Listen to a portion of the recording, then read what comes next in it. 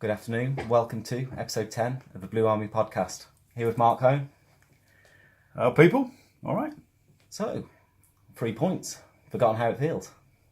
You know what? It wasn't even a well-deserved 3 points. It's just 3 points. It's an important 3 That's points. the most important thing. You know, for Games with Trinity, for everybody with the club. Yeah. It's been a while, and really important 3 points. Horrible game. It was, didn't it? It livened up after we scored the goal, but For Trinity, it did. I thought Trinity, once they scored, a little bit of confidence came back and really saw the game out comfortably, I think, in the last 9 minutes or so of the game. Yeah, it opened up a little bit, didn't it? Because Stalybridge wanted to get a point. Yeah. So they obviously chased the game and we exploited a few of the holes and asked a few questions of the goalkeeper. Could maybe have got the second goal, which would have obviously killed the game. But no, it's a really scrappy but great 1-0 win. Yeah, and a great start for Liam King, who's had one hell of a week this week.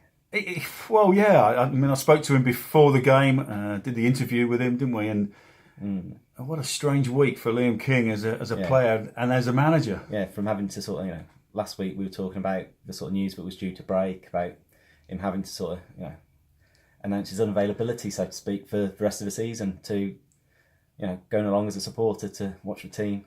It's just a strange week for him, isn't it? One phone call with the chairman to then kind of nullify his contract as a player, and then to have another phone call from the chairman to say, "Can you come and take over?"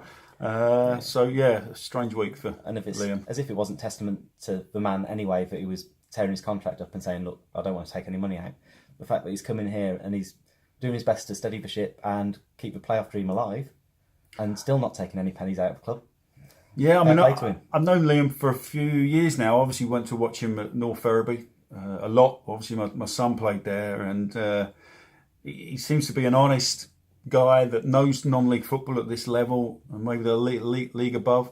He's going to have a lot of non-league contacts. I think he's already had several phone calls from players wanting to come and play for him if he gets the job. So, it's whether he wants to step down from playing, because player manager role is going to be difficult for him if he hasn't got an assistant that's kind of going to be an assistant and not involved in the on the pitch. Obviously, Ross Anna today's been involved, and between them they've been meticulous in their preparations.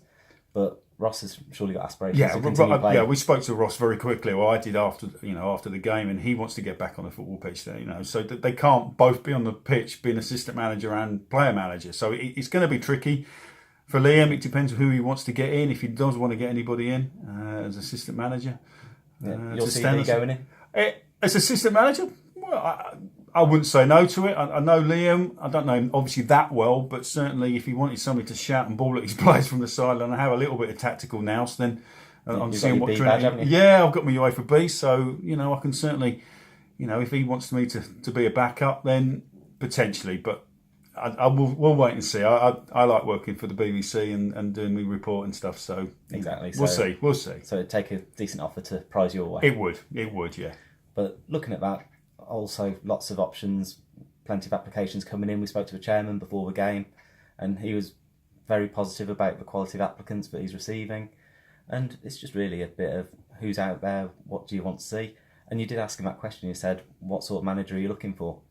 And I think Richard's honest when we spoke to him. I think 4 managers in 4 seasons isn't great for the stability of the club. And like he said, if he can combine a Dave Freckleton with his emotion and the way Dave manages a side, heart on the sleeve, very emotional, to Lee Sinnott, who was the complete opposite, who showed no emotion, was almost, ice cold. Yeah, it was, wasn't he? Yeah. If you can combine that, he wants somebody with non-league experience in terms of player recruitment. That was clear, wasn't it? Yeah, he doesn't want the merry-go-round of Lincolnshire players either. He wants, to get, if they have to travel, then obviously the budget's there, I would imagine, for players, but again, you don't want a whole new team coming in, because Richard hasn't probably got that kind of money, that kind of budget within the club to be able to have that massive turnaround. So it's about steadying the ship. Can you get into the playoffs this season? If you can't, you don't go up.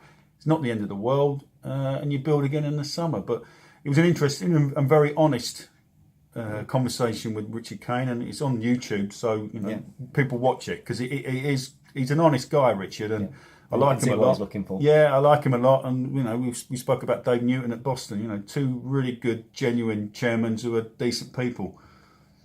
Won't say too much about the Boston gentleman. No, obviously no. I know, but in terms of Gainsborough Trinity, Richard, he's Gainsborough through and through. Isn't he is. He's always said he's not a football man. He's not. He's a Gainsborough man. He's not, and he wants what's best for Gainsborough. And he's like I say, it's a great job. Somebody's going to walk into a fantastic job here. It's a great little club. You get a fan base that will come back and support. There's 500 people here. It didn't look like 500, but it sounded like it. It sounded like it towards the end when they really got behind the team. And at the final whistle, it was great to see all the supporters clapping and staying behind, and the players going over and clapping as well. But that is one thing that I've seen in my time at Gainsborough. The supporters are very forgiving. They will forgive if there's 100% effort.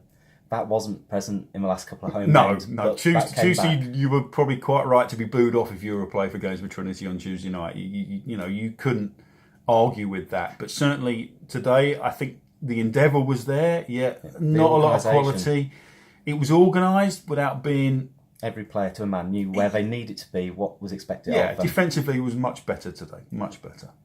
And little things like short corner routines and little things like that just looked like attention to detail was happening a little bit more. It is, and if Liam gets the job long term, slowly his way of playing will develop, and it will get his message across to the players. But I think he's right. When we did the interview with him, I think he was quite right. He needed to stop, conceding goals at home. Yeah, and you can't concede 9 goals in 2 games at home if you want to win football matches. Clean sheet, really scrappy, horrible 1-0 home win. Gets it all back on track. Players get a little bit of a lift. Liam kind of would have enjoyed that today. The chairman seemed happy when we walked past him in the corridor. Yeah. It's exactly what the club needed. And now we just need to build on that consistency and go again next week. North Ferriby away. They're bottom of the league, but it won't be an easy game. They're bottom of the league. They're scrapping for their lives. They've probably got no chance, which makes them quite dangerous because... It's almost no fear, isn't it? Teams that are in that position, they have no fear, like you say. They're going to compete.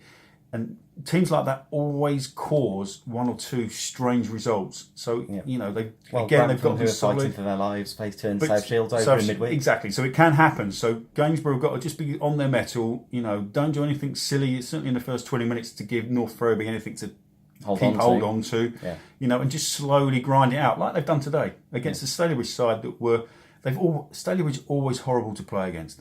Yeah. Always. I've watched them over the years. Over the years hasn't been great. Yeah, I've watched them over the years, and they spoil games. They don't give anything cheap away. And it had 0-0 written all over that. Apart from, like I say, one little bit of quality, Will Longbomb's great little strike, and it was a great save, to be fair, from the because Bill hasn't hit it as well as he would have liked to have done. It's taken for the goalkeeper a little bit by surprise, and he hasn't got the sort of power in the shot to be able to turn it away too far. Yeah, and then man on the spot. Yeah, goal scorer, Mr. Worsfold. Yeah, yet again, just taps it in at the far post. Yeah, and that'll do his confidence the world of good. He's been battling away for a long chunk of this season up front on his own. Starting to see little bits of a partnership forming with him and Damien. Damien's been out in the cold for a long time. Still a little bit off. I think he is. I think Damien's a little bit off, and I'm not sure why that is. I don't know if that's fitness or confidence. Probably say more match fitness rather than anything, because he's not been playing as regularly as he would have liked to have been. Yeah. But, a couple more games, that little bit sharper, it'll come. He was wrongly adjudged a goal disallowed last weekend, wasn't he? Oh, yeah, Buxton. Yeah, I mean... And again, goals change games, goals change how people are playing. That might have kept Lee Sinnott in the job. Exactly, and then would we be having this discussion now? Strange, isn't it? Football, strange game. It is, but we look at great game, crazy industry, as somebody always says. Can go along with that. Yeah, but no, we look at it and Lee Sinnott was sacked 4 points from the playoffs, sitting in 6th position. We're sitting in 6th position. We're now 2 points off the playoffs, with things starting to turn around a little bit. Results did go our way. I was watching the results as they were happening at different games, and for a long period Scarborough were 1-0 up. I think they went ahead 4th minute. Luke Lofts, a former North Ferriby player, putting Scarborough in front. It wasn't until after the game I spoke to Simon Russell, and he was like, yeah, good result. Nanwich got one back. Nanwich went down to 10, I think. Yeah, they did, yes. Got one late on. And got one late on, which opens it wide open again. Yeah, that bottom, the number, the 5th place is really up for grabs, and I think Buxton won as well today. If they win their Bashford games in won. hand. So it's really tightened it all up again. So that 5th spot is really up for grabs. So hopefully we can sneak in there. No reason not to now. But, you know, it's almost like a cloud's been lifted off the club. Yeah, you it's know, one and of that's no disrespect to Lee. I got on really well with Lee when I've interviewed him, when we've spoken, you know, off air when I've done interviews with him. But a change needed to happen, and Richard's done that. Yeah, something I couldn't quite put my finger on. Just didn't seem quite right. I think he lost the change room. I think the players weren't playing for him. I think there was, you know, That's kind of a what few today- players have alluded to it Yeah. in a roundabout way without actually saying it. But then you see something like that today that kind of shows that actually they've all rallied round Liam. Liam's a really nice lad. You know, he's a good player at this level. He'll be respected because of his record at this level. You know, he's won at Wembley. He's won promotions, like he said in the interview. You know, at this level, he knows what it takes. As a player, he'd get fined for that.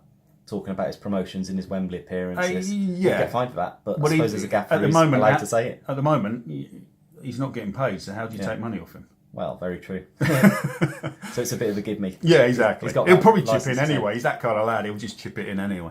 Yeah, but no, great start for him.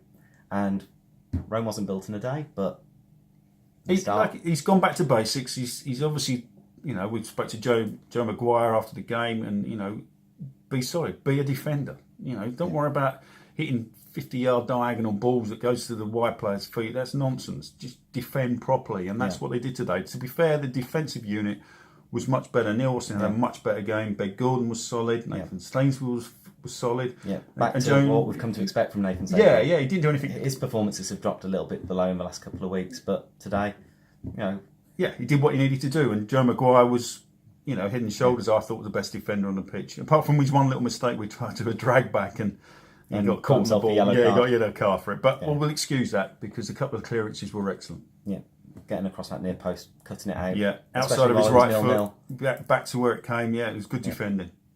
Yeah, so all in all, a very good performance to start with, and let's see where it leads us. Yeah, good win. Cheers for joining us, Mark. No problems.